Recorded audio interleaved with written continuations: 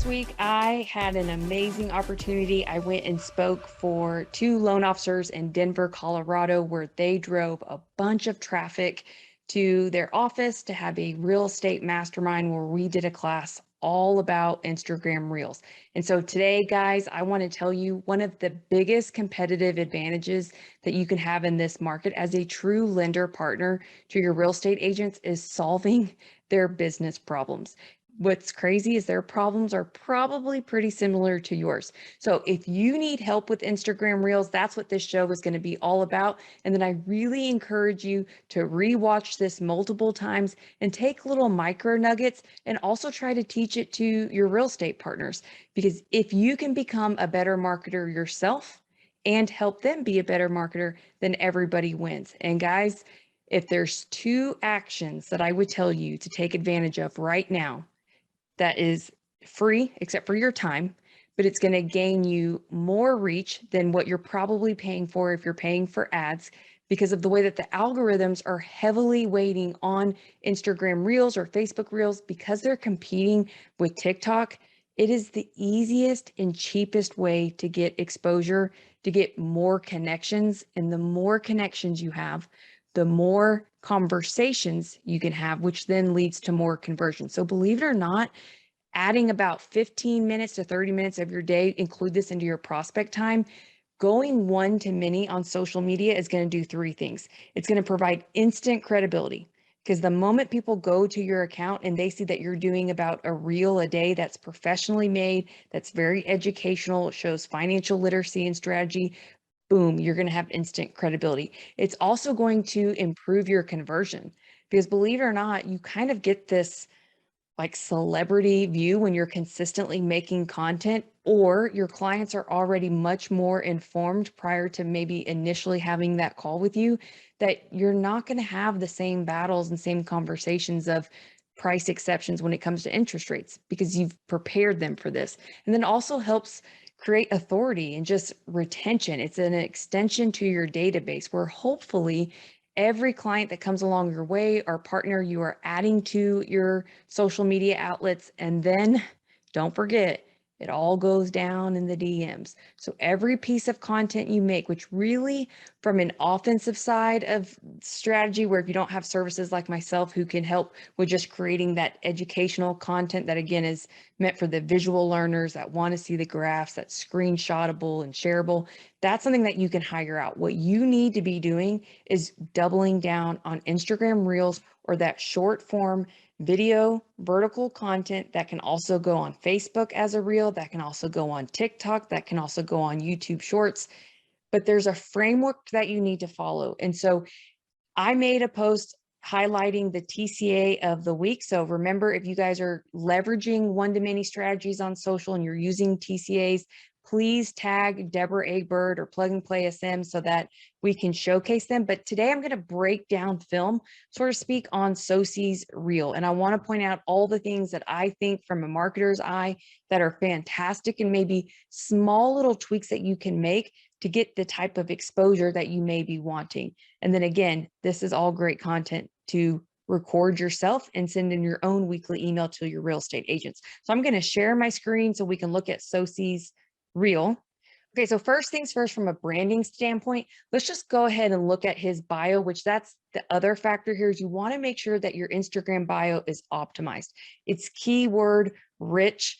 Also, you want to make sure that it's going to be converting. So your profile picture should be mostly of your face, like not of your entire body, but the face is human and it's connection. And that's what's going to ultimately attract your audience to you. So a good eye-catching profile picture. This is his handle. But guys, this title here is what I want you to focus on being SEO rich. You don't necessarily have to have your company name in there. Like if you look at mine, I have Plug and Play SM and then social media marketing creator, maybe social media for loan officers. But that is very keyword rich so that if anyone were to go in and type social media for loan officers or loan officer marketing, I want to be the one that pulls up. And that's why this title is so important. Now, your description needs to be short, to the point, concise, of exactly what you do. How do you help people? What is it? Do you empower buyers? Do you help create wealth through real estate? Whatever those things are, make it short and concise. I do like that he used emojis, because emojis always just kind of make things a little bit more fun and friendly. And then as long as your account, which all of you, your account, if you go to settings and you look at your account type, you may have to scroll all the way down and you'll see in the blue to either switch to a professional account. You're going to want to make sure that you have a professional account. It should not be a personal, private account. I don't know why we would be private if we're using our social to help gain connections to ultimately lead to conversion. So just those are just some small tweaks when you're first looking at someone's page. And if you notice, when you do have a professional account, this is when you can put your website link that makes it very clickable so that they can find exactly what they're looking for. I personally like when, if you have an account service like Linktree, which is free, if you just go to linktree.com, it makes it, in fact, let's just click on his. Let's see what it looks like. I want to say I looked at it and it was similar. Okay, perfect. So see how this is a link that you can share for a text message. You can also put it on your TikTok, but it makes it very easy that if someone's trying to schedule a call with you, highly recommend Calendly. If you're not using Calendly, that can be another tip for another day. But this makes it, they could subscribe to your YouTube channel. They can apply for a mortgage. They have the reviews. This is great. It's essentially the same as if you look at your Instagram as the new version of your website. Like I was actually talking to my sister the other day and she was recommending a builder and she's like, I don't even give out people's websites anymore. I literally just send them their Instagram handle and their Instagram account. So look at this as the new version of your website. This could be like the different pages. So this is called the highlights section. You'll want to make sure that you have a couple different examples. I would do things like your reviews because, you know, we recently interviewed Kristen Meserly with experience.com and just really looking at the data of how much millennials and even baby boomers, how much weight they put on word of mouth referrals. I would definitely have that as a highlight. I'd also put maybe client stories that are first-time homeowners, client stories that are move-up buyers, client stories that were debt consolidation, just very simple for people to identify and get information. Now, the other item I want to point out is see how he has these pins. So Instagram recently came out where you can now pin only 3 pieces of content and you can change them whenever you want. But it makes it to where whenever he posted this originally, it could have gotten lost way down in his feed. So when people are referred to you, whatever staple pieces of content that you feel like is the best representation of what you want people to see as soon as they land on your feed, I would pin them so that any new post that you add, it's always going to go below these pinned posts. So Instagram is always a couple weeks behind TikTok. This was something that TikTok did. And so just from a conversion standpoint, which is usually an overlooked piece that, you know, if you're creating all this video content, which I know, guys, it takes a lot of work. It is not easy. Hopefully you're leveraging out people like myself to do the video editing or maybe help with your distribution. But if you're creating a reel a day, which is what I'm recommending, everybody needs to double down on Instagram Reels. We also need to double down on stories. I'm recommending to my clients at least 4 to 5 story posts a day, which every time you post a reel, you just share the reel to your story. You don't want to download the reel and then upload it to a story. You want to share the reel to your story so that it helps with your views. But if you're someone who's paying for ads or you're looking to get new connections immediately, then the only piece of content you need to be focusing on right now is the short form vertical content, which is the reels. And if you look on Sosie's account, if I go to reels here, this highlight that I made, look at how many views he's already gotten, 8,800 views.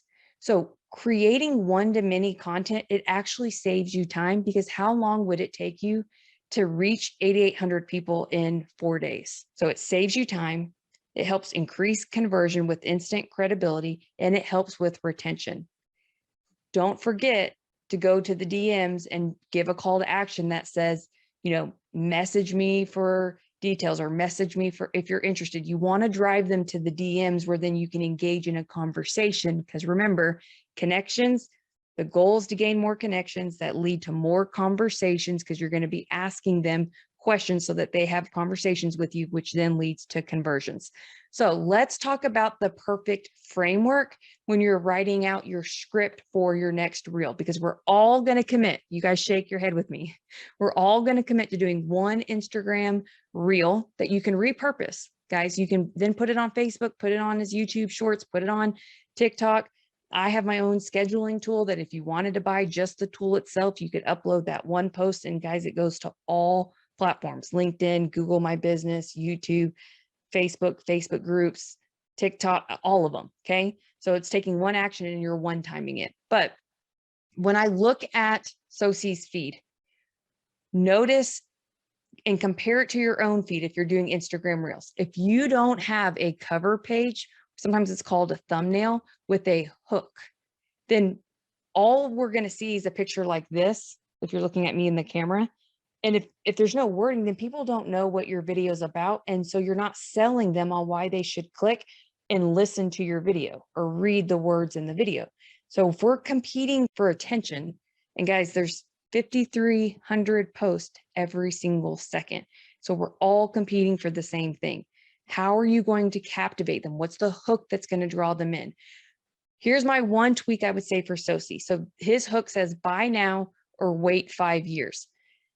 I would structure this just a little bit differently. I like to have list or how to, and I typically go after just the psychology of human behavior, where we're either trying to avoid a pain or gain a benefit in some way. So how to save $100,000 on your next home purchase, how I increased my client's net worth by 420,000, something that is, you're saving them money, you're making them money, you're avoiding them overpaying for something. You're focused on the current pain points in your marketplace.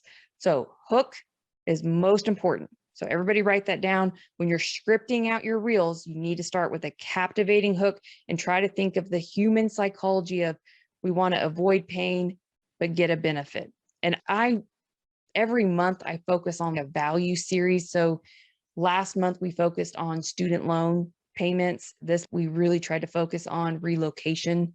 So create the root problem, not like if people are moving, think about why are they moving? Are their kids left for college? They need to downsize. Maybe they're struggling for money, right? So think of some frequently asked questions. You could start there.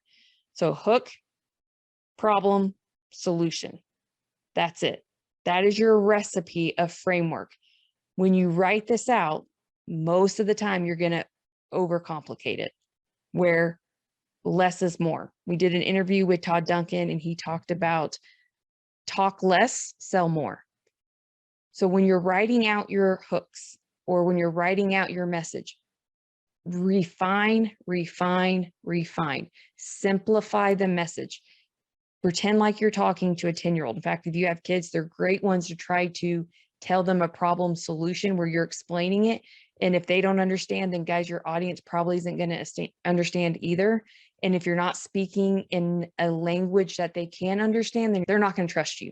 So you want to make sure that you're breaking it down, and that when you're speaking, not only do you have those nonverbal cues where you're telling the story. Okay, don't be like dramatic unless you are naturally dramatic, but you want to make it where they're engaged and they're slightly entertained, but you're creating this feeling in this story by sometimes changing your pitch and sometimes changing your pace. And maybe you're flirting with the camera a little bit with your eyes and you lean in a little bit, or, it's soothing because you're talking about something serious. All of these little things matter. So first, I love looking at his feed where I can see he's done a great job with hooks. I would just structure them a little bit different. Like the number one mistake I see first-time home buyers make, or the biggest hack when buying rental properties, or what most self-employed borrowers don't know. Okay, those are all good examples of hooks. Then when you go to problem, you could say something, let's see, I had actually written this out for Sosie. So I said, buy the ugly home to earn 1 million in appreciated value, because that was the main message or problem that he was trying to address. And then solution would be, you could start with do this instead, or buy the ugly home on the ugly street now to gain 420,000 in additional net worth. Obviously, there's a few more words thrown in there in between, but that's what I mean by when you're scripting it out, refine, refine, refine. And as long as you stick to that format of the hook, problem, solution, you'll be good. I also want to state that if you can think of your reels as the most awkward, non-typical conversation for human beings, meaning you would never just walk up in the middle of a conversation, blurt out in a very short, concise way of what you're wanting to say, and then just kind of leave without really ending the conversation. That's really how Instagram Reels are. There's not always a call to action. Sometimes if I do a call to action, I'm driving people again to the DMs or to follow me. Example could be maybe you have some kind of automation worked up, which that's a whole nother conversation, but you could say, DM me to schedule a buyer consultation, or DM me the word free to get a free market analysis. And so it makes it very easy for people to interact with you. Or since reels typically are shown to new followers that aren't already following you, that's why I like to tell them to follow the account for more, because I want to get them on my feed so that they can see more of me. So those are just a little bit of tweaks that I would make just initially. But now let's dissect his reel a little bit further, because he did a great job on some other items, and I want to make sure you guys understand what they were. Okay, so if I click on this, probably leaving hundreds of thousands of dollars on the table. When I purchased my first property, it was an ugly house. I didn't love it. It was on a street that I didn't even like. Okay, so first off, do you see his body language? Do you see his eyes are looking straight into the camera? Sometimes when I'm looking at your reels, you guys are looking at yourself in the screen. So when you're looking at me right now, I'm not looking in the eyes of the person on the other side. I don't like to address multiple people like, hey guys. I don't usually introduce myself. It's just I'm speaking to one person every time, because it's not like there's an audience sitting with my ideal client when I'm speaking. So if you say, hey friends or whatever, try to look directly into the camera and go straight in to your message. Notice his body language. He's telling a story. There's good lighting, there's good sound, and there's captions, which all of this can be done. You can insert these captions for free just using the Instagram app. But these are all things that I liked. I also made a note that he had music playing. There's ways to use trending sounds. In fact, if you're ever just consuming on Instagram and you see where the music is, if you see a little arrow, a little white arrow that's pointing up, that means that that sound is trending, that audio is trending. So having music is always a good idea. I like that. Let's see. I said body posture is good. Body movement is good. His facial expressions, the vocal. So I look for pitch, the volume, the pace. So now let's keep going. But now I have almost $1 million of appreciated value in that one property. I almost didn't have it at all. Now here's Sosi to show you a really cool example of exactly what I'm talking about. Player one, that guy thought that it was a great idea to go ahead and bite the bullet and purchase a property. Player two, he was comfortable on his rent, and he decided to stay put until he could save more money for that house he really wanted. Let's see how 5 years looks. All right, let's look at player number one. They bought in today's market. Okay, first of all, look at this. There is no better way, especially when, as loan officers, you're not always trusted. It could look like that you have a biased interest in getting people to buy now, right? So this is why I love when you guys showcase a TCA in your videos, is because it takes the pressure off of you being a salesperson to now a modern advisor that's using truth in numbers to help people see exactly what you're trying to teach them. It also makes it easier for them to follow along. So he is conveying that player one was looking at a home that was for $899,000, that if he waited 5 years, that same house would now be a little over 1 million. He then shows how if the rate is increased a bit, what it does to the monthly payment. So that's quite a bit of increase. It's about what, $1,700, $1,600. And then the total cash to close, again, same house, but waiting just 5 years. Now you're going to deplete your savings. It would be about $105,000 more out of savings when you think, okay, I'm just going to wait. I'm just going to keep renting. I'm going to wait to find that dream home, or I'm going to wait till I can save some more. The problem with that is you're never going to be able to save as much as you need when the prices are going to keep going up, because that's a big difference in 5 years. And then you'll see, so let me hit play. $899, assuming qualifications, it's a $56.36 monthly payment and a total out of pocket estimated about $106,000. Player number 2 buys in 5 years. Prices go up, according to scholars. Interest rates, let's say they go up by 1 total percentage point. This person's purchase price of the same house is now equivalent to an estimated $1.184 million. The monthly payment is a $73.20. The total cash flow is about $256,000 from an estimate standpoint. Player number 2 has also spent $228,000 in total rent and used up their savings to buy this house. When player number 1, buying earlier, has paid money towards their own principal and now have a total estimated net worth of over $420,000. Player number 1 wins. Okay, before I show you the very end, which was a killer statement, I want you to see that when he posted this reel, you now have an option to post a reel and you can tag multiple people, but now Instagram allows you to invite a collaborator. You can only have one collaborator per post that you're making. So be intentional with who that is. But that is why when you see up at the top, see how it says and it has his real estate agent here. The why behind this is when you tag or invite them as a collaborator, it's going to shoot your agent a DM. So you may want to prepare them for this and say, hey, I'm going to post this reel that we made. I'm going to invite you as a collaborator. Be on the lookout. You're going to get a message in your DMs. It's going to ask for you to review the post that I've tagged you in and to accept as being a collaborator. And when that happens, now that reel goes on both of y'all's news feed, where now you're leveraging his database, his following, his trust, because now it's on both of y'all's account. So that's going to get you even more exposure with your reel. And again, every single reel you make, share it to your story. So if you're doing one reel a day and y'all are going to commit to Tuesdays, at least being TCA Tuesday. Again, the TCA is what gives you that credibility of being more of a strategist. I see other accounts that do a lot of reels and they just end up all looking the same. It's like they all go to the same course. They use the same captions. It's like the same editor. Nothing looks different. And they're not showing any kind of strategy or even financial awareness. It's almost like it's noise and it's like everyone's using the same script. So don't do that. Position yourself as the true strategist. And there's no better way than to use the TCA to do that. So I just wanted to point that out in case you're ever wondering why it says this. I'll go ahead and hit play so you can hear his end message, which is like mic drop. Player number 1 wins. Buy real estate and wait.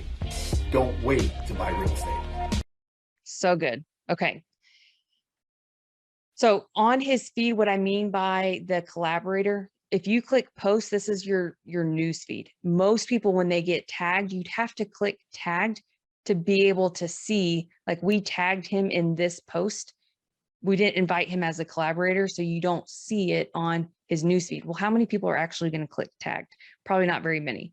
But if I go and I click on his agent, because his agent accepted the invite, look, this showed up on his newsfeed, not just his tagged feed, but his newsfeed.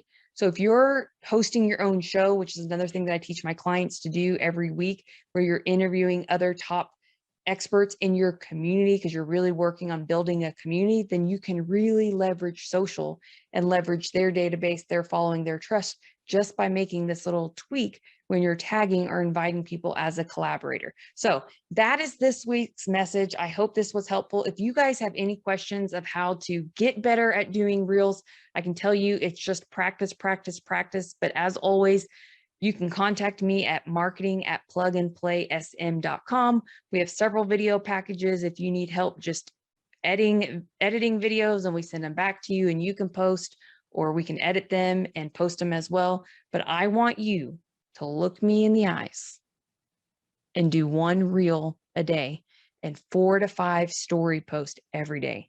Space them out. Don't do story bombing, but spread them throughout the day and tag me in your TCA Tuesdays. Y'all rock out your weekend. See you next week. Take care.